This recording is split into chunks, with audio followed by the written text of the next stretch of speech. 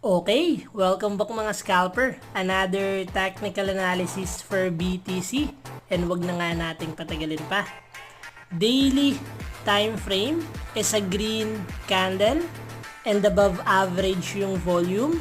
Good thing is meron pa ring sumasalo na green candle after this big selling pressure na red candle. And makukonsider pa rin natin tong green candle as higher low since respected pa rin niya yung trendline support natin. Kung makikita nyo, tumama lang siya and then nagbabounce, umaakyat. So silipin na natin yung possible scenario sa lower time frame. Kung makikita natin sa 4 hours time frame, BTC is creating another symmetrical triangle.